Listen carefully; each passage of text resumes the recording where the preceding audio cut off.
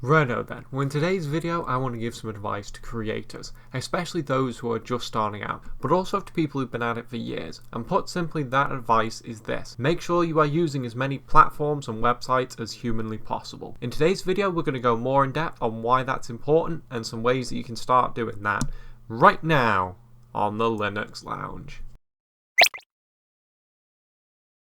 If you enjoyed this video, consider joining Odyssey, the freedom-respecting alternative to YouTube. Links in the description. So I've been doing this YouTube thing for probably about 5 years at this point, and there have been things that I've tried that have worked, and things that absolutely haven't worked. But without a doubt, one of the best decisions that I've ever made over the years has been diversifying the platforms I use. It's led me to getting more views, more community engagement, different types of community, and more revenue. And just generally, it's been great fun trying out different platforms and seeing what platforms offer different features and such. 5 years ago when I started my channel, I was only on YouTube, and that was a huge mistake. I was depriving myself of so much by doing that. Now I'm on YouTube, PeerTube, LBRY, Mastodon, and I'm always on the lookout for more platforms to join. And I recommend that other creators branch out just like that too. The first reason people will usually tell you to branch out is that you become more censorship resistant, which is quite true. If you're on more than one platform and you get your content removed on one platform, they're still on the others. So for instance, let's say you're on YouTube and your video gets removed. Well, if you branched out, then no worries, it's still on PeerTube, for instance. Now, a lot of people will probably think that only people with unsavory political views will get censored, which I don't necessarily believe in censorship in the way that a lot of people portray it, but there is still censorship. For instance, did you know that YouTube has recently removed and demonetized videos about cryptocurrency and alternative tech services? I know of a YouTuber who got their video demonetized just for talking about a YouTube client. The video that I'm talking about didn't violate any of YouTube's rules at all. They were talking about a program called NewPipe, which lets you watch YouTube without ads, trackers, or other nonsense that Google puts into YouTube. It also allows you to download videos and play them in the background, as well as play them offline, both of which are features that are only available in YouTube Premium. So that being the case, it seems pretty clear to me that YouTube only demonetized that video because it directly affected their profits. And to be honest, I expect that this video is going to get demonetized for a similar reason, because I'm also talking about things that directly hurt YouTube's profits.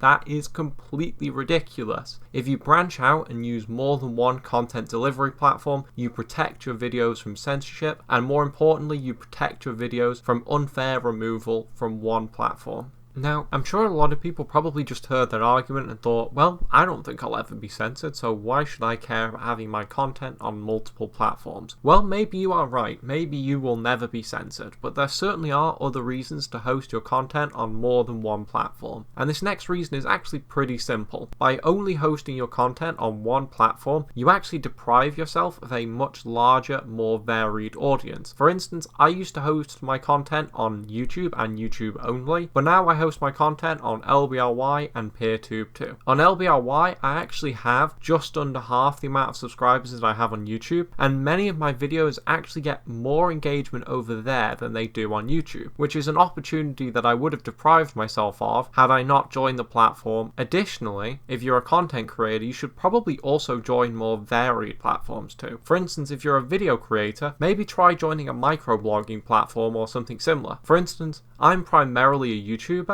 and I joined Mastodon, and over there I was able to interact with the microblogging community and build myself a new audience by posting a different type of content than what's in my videos. And as a result, I'm pretty sure I've probably attracted more viewers to my videos as well, and I've been able to engage with a different type of community. As a content creator, that's definitely not something that you want to pass up on. You really should try to think outside the box with this stuff too. Try to get yourself on all the platforms that you possibly can. It will really help you in the long run. Another thing that's worth talking about is revenue. Now, obviously content creation really isn't just about making money. Trust me, there are other better ways of doing that. You need to have a love for what you're doing. But if you do want to make a little bit of revenue, like a little bit of pocket change, getting yourself on lots of different platforms is definitely a good way to do that, as well as protecting your work from demonetization. Now, I won't give you the specifics on how much I make exactly, but as far as making money is concerned, uploading my videos to LBRY was a great call. Some months I even make more off LBRY than I do off YouTube, despite not getting as many views on the platform. As a content creator, there is literally no reason to not branch out and make more revenue like this. If you join LBRY, you can make more revenue with basically no effort, since LBRY auto uploads your videos, and you can support alternative free and open source software while you do it. Other platforms also have their own monetization methods that you should look into too. Another thing that's worth doing as a content creator is accepting donations. If you make good content, people will want to support what you make. The advantage of this is that you move your revenue stream from some big tech companies over to the community. So increasingly your content becomes more about your audience, since you never have to answer to big tech companies, which is a fantastic thing. If you want to start accepting donations, seriously get yourself on sites like Patreon, Ko-Fi or LibrePay. And if you're feeling really nerdy, consider having a cryptocurrency wallet that people can donate to. If you diversify your revenue streams, hopefully if something that you make becomes demonetized, it won't be a piece of work that's not generating any income at all, which, trust me, is something that you will want protection against, because demonetization will eventually happen to you, because it can be done even in error. Even if you're not worried about demonetization, you should still probably diversify your revenue streams, if only to get more revenue than you would have otherwise, as well as supporting alternative platforms. And the final and most important reason to diversify what platforms you use is this: it's just fun. Sometimes it is just fun to try out new things, and as a content creator, having fun should basically be your top priority. I probably wouldn't have started using all of these weird and wonderful sites and platforms if they weren't just so cool to start using and interacting with their communities. Getting lots of views and revenue and all that sort of thing is cool, but it's absolutely nothing compared to the passion for creating something that people enjoy